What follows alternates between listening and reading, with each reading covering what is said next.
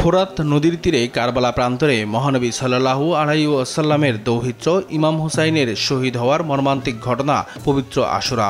তাজিয়া মিছিল সহ নানা আয়োজনে দিনটি স্মরণ করছে শিয়া সম্প্রদায়। পুরান ঢাকার চকবাজারে হোসাইনি দালান থেকে বের করা হয় তাজিয়া মিছিল। নিশানসহ যুদ্ধের বিভিন্ন প্রতীকী উপকরণ নিয়ে এতে অংশ নেয় ধর্মপ্রাণ মুসলমানরা। ইমাম হুসাইনের স্মরণে মাতম করে তারা। আমি কি করবো এখানে? ত্যাগের মহিমায় নিজেদের আল্লাহর কাছে সঁপে দিতে তাজিয়া মিছিল আয়োজন বলে জানায় ইমামবাড়া কর্তৃপক্ষ। পবিত্র আশুরা মানে হলো অন্যায়ের বিরুদ্ধে মাথা নত না করা, সত্যকে প্রতিষ্ঠা করা।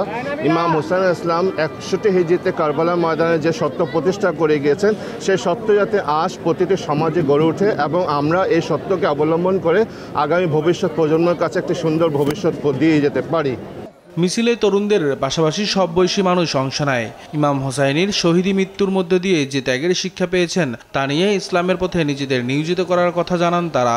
ইসলামের ন্যায় নিষ্ঠার জন্য অন্যায় প্রতিবাদ করার জন্য এই জন্য এই কারণে শহীদ হয়ে গেছেন। এই জন্য আমরা হ্যাঁ, ওনারা তো আমাদের জন্য কিছু করেছে, তাদের এই কারণে ওদের জন্য আমরা কিছু করে যাচ্ছি। শিক্ষা তো আমরা 1400 বছর আগেই পাইছি, এখন আমাদের শিক্ষা গ্রহণ করা উচিত।